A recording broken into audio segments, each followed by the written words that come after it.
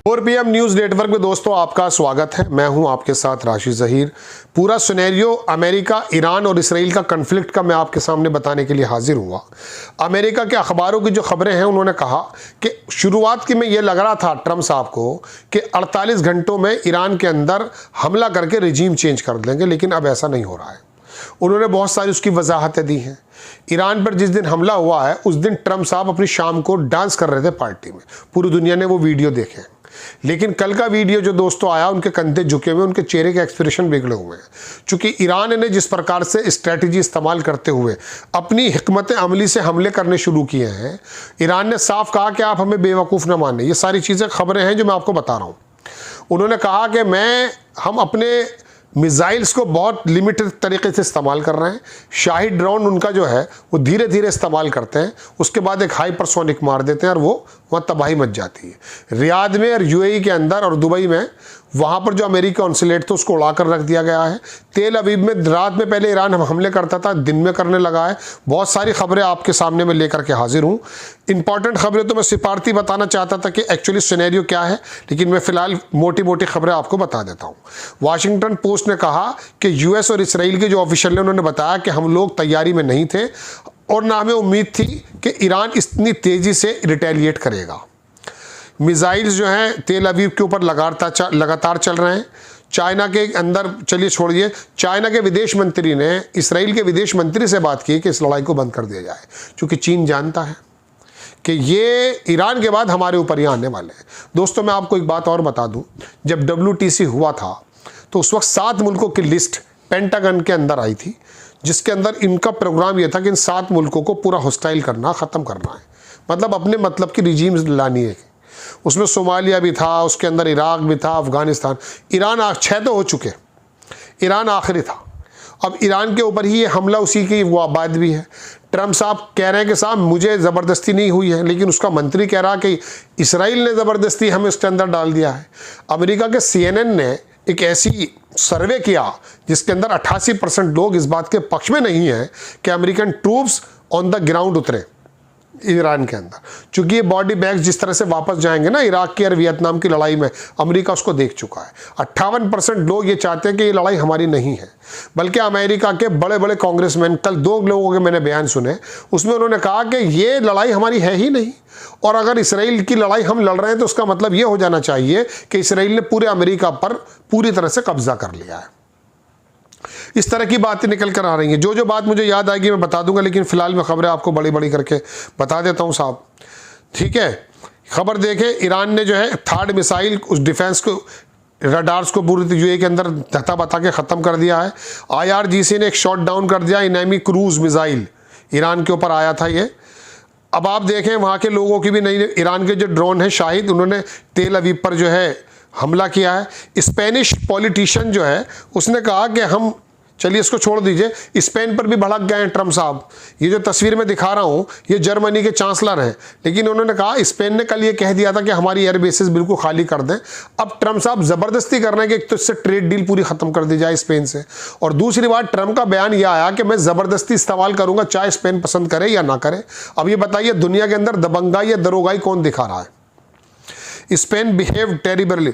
उसने कहा कि I told Scott, finance minister को मैंने बोल दिया कि stop all business with it, इनके साथ बिजनेस खत्म कर दिया जाए। ईरान के अंदर एक हैकर ग्रुप है हंडाला, उसने इसराइल का जो एक इंस्टीट्यूट था उसे, रिसर्च इंस्टीट्यूट, उसको हैक कर लिया है दोस्तों। ये अलेक्जेंडर हैं जिनकी तस्वीर दिखा रहा हूँ, सर्बिया के। इन्होंने कहा ये तेल की महंगी, तेल 10% महंगा हो चुका, $100 से ज़्यादा पहुँच जाएगा। कह रहे हैं ये हमें मार डालेगा, और ये स्टेट ऑफ हॉर्मुज़ जो है बंद करने की वजह से है। अमेरिका के ट्रंप साहब ने कहा कि स्टेट ऑफ हॉर्मुज़, जिसमें हम जहाँ पर तमाम शिप रुके हुए हैं, उसको ही मॉनिटर करने के लिए, उसकी ट्रैफिक दिखाने के लिए हम अपनी नेवी को भेजेंगे। ईरान ने कहा वेलकम, आप आकर दिखाइए। ये बहुत बड़ी खबर सुना रहा हूँ मैं आपको कि ये इंटरनेशनल एटॉमिक एनर्जी का डायरेक्टर है। इसने कहा कि कोई भी एविडेंस हमें नहीं मिल पाया जिसके अंदर ईरान इस बात दिखा रहा हो कि डेवलप कर रहा था वो न्यूक्लियर वेपन्स। इसकी लड़ाई का मकसद ही कुछ और है दोस्तों, वो मैं आपको कल बता चुका हूं। नेतन्याहू ये कि तहजीबी लड़ाई लड़ रहा है, अपनी धार्मिक लड़ाई लड़ रहा है। हुआ यह है कि इसराइल के अंदर जो सारा इसराइल इस वक्त बंकर में मौजूद है, वहां पर जो टॉयलेट पेपर है उसके ऊपर हंगामा मच रहा है। मैं हो सकता है आपको उसको वीडियो भी दिखाऊं। ये वहाँ पर हंगामा मचा पड़ा है चूँकि ये इसने हालात ऐसे पैदा कर दिए हैं। ट्रंप ने यह भी कहा कि जो कुर्दिश फैक्शन है, कुर्दिश लोग हैं, वो चाहते ये थे कि इसराइल के अंदर जो है वो यूएस इसराइल चाहता कि ईरान के अंदर ये लोग खड़े हो जाएं, लेकिन खामनेई साहब की मौत ने पूरे ईरान को एकजुट कर दिया है।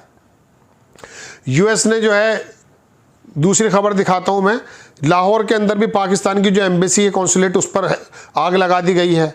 इसराइल जो है पूरी तरह से, आज कल सुबह की अगर मैं आपसे बात करूं तो उस पर बड़े बमबारी चल रही है। ये मैंने आपको बताया, यूए की फुजैरा पर भी वो हो चुकी है। ये इतनी बड़ी खबरें, ब्रूटल अटैक हुआ तेल अवीव पर मॉर्निंग में। ईरानियन क्लस्टर जो था, ईरान अब बम है, क्लस्टर बम जाता है एक जगह, फिर वो इकट्ठा होकर के कई सारे बम बन जाते हैं। तो वहाँ पर सिटी के जो है पूरी तरह से हालात बदल दिए हैं। ईरान पर भी इसी तरह से हमले हो रहे हैं। इम्पैक्ट तेल अवीव पर भी चल रहा है। बिल्डिंग थी कल वहाँ जहाँ पर नया सक्सेसर चुना जाना था, वहाँ ईरान पर हमला हुआ है। मौत कितनी हुई है कोई खबर नहीं है।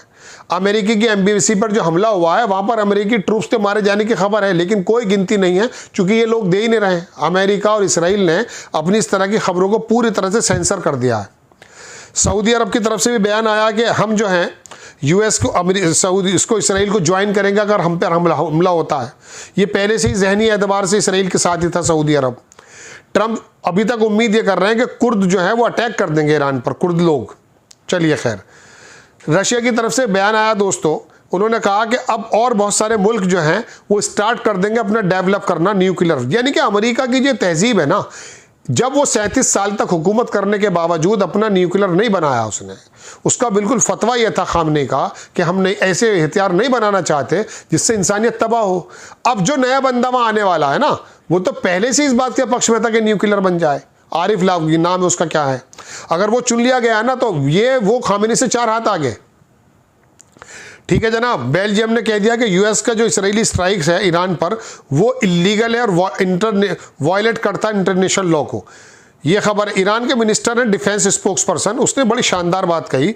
उसने कहा कि हम पूरी तरह से तैयार हैं लंबी लड़ाई के लिए और हमें बेवकूफ़ ना समझा जाए। हम अपने वेपन्स को बहुत शुरू में सारा इस्तेमाल नहीं करेंगे, हम धीरे धीरे करेंगे, क्योंकि हमें मालूम है कि इनेमी के पास कितने स्टॉक्स पाइल्स मौजूद हैं।